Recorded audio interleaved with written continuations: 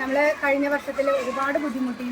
വേനൽക്കാലം രൂക്ഷമായ സമയത്ത് നമുക്ക് വെള്ളമില്ലാതെ കുട്ടികൾക്ക് ഇച്ചിരി വെള്ളം തീർന്നു എന്ന് വന്ന് പറയുമ്പോൾ നമുക്ക് വേറൊരു നിവൃത്തി ഉണ്ടായിരുന്നില്ല. നമ്മൾ അടുക്കളയിൽ ചൂടുവെള്ളം ആക്കി കൊടുക്കുക എന്നല്ലാതെ.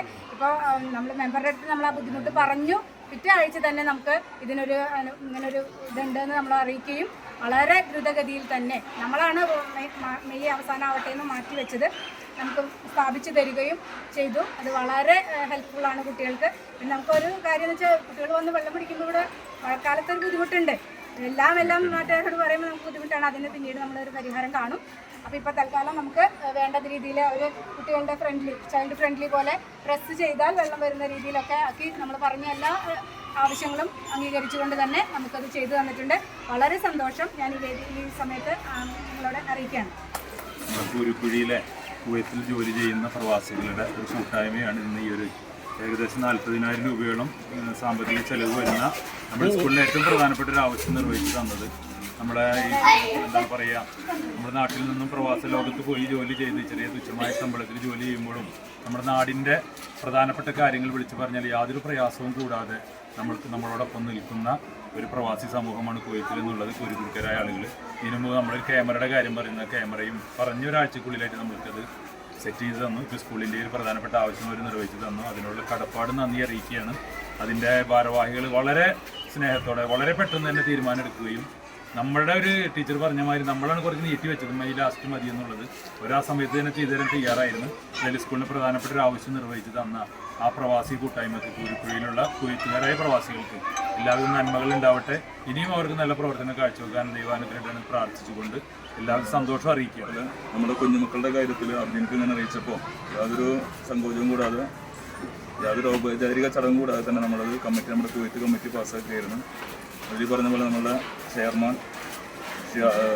ഷഫാസ് അഹമ്മദ്, പ്രസിഡന്റ് ഷിഹാബ് തങ്ങൾ, പിന്നെ എക്സിക്യൂട്ടീവ് അംഗങ്ങൾ, പിന്നെ നമ്മുടെ സെക്രട്ടേറിയറ്റ് അംഗങ്ങൾ, പിന്നെ നമുക്ക് ഇവിടെ നൗഫലിൻ്റെ വാപ്പയുണ്ട്, പിന്നെ അഷ്റഫുണ്ട്. അതേപോലെ ഇതിൽ പങ്കെടുക്കാൻ കഴിയാത്ത കുറേ ആളുകൾ നാട്ടിൽ മറ്റു പല കാര്യങ്ങളായിട്ട് നടക്കുന്നുണ്ട്.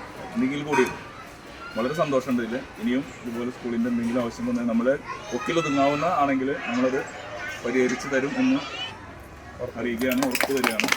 നമ്മളെ കഴിവിൻ്റെ പരമാവധി നമ്മൾ സ്കൂളിൻ്റെ കൂടെയുണ്ട്.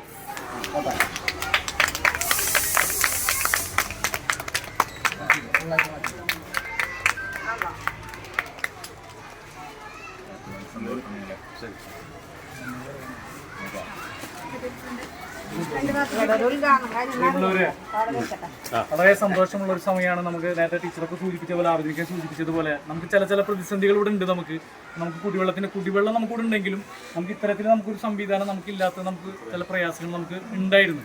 അത് പറഞ്ഞപ്പോഴേക്കും നമുക്ക് ഇവിടുത്തെ KKCC നമുക്ക് അത് നമ്മളോടൊപ്പം ചേർന്ന് നിന്ന് നമുക്ക് ചെയ്തു തന്നതിൽ ഇവിടുത്തെ ഈ ഒരു നാടിൻ്റെ പ്രത്യേകത കൂടി നമുക്ക് ഇപ്പോൾ ഈ സ്കൂളിൻ്റെ ചില സംവിധാനങ്ങളും കാര്യങ്ങളൊക്കെ വന്നപ്പോൾ ഈ നാട്ടിലെ മുഴുവൻ ആളുകളും ഇതിനോട് ചേർന്ന് നിന്നിട്ടാണ് നമുക്ക് എല്ലാ സഹായങ്ങളും ഇത്തരം ഭൗതിക സാഹചര്യങ്ങളൊക്കെ നമുക്ക് ഉണ്ടാക്കി തന്നിട്ടുള്ളത്. ഇവിടുത്തെ ഇത്തരത്തിലുള്ള നാട്ടുകാരും എല്ലാവരും ചേർന്നാണ്.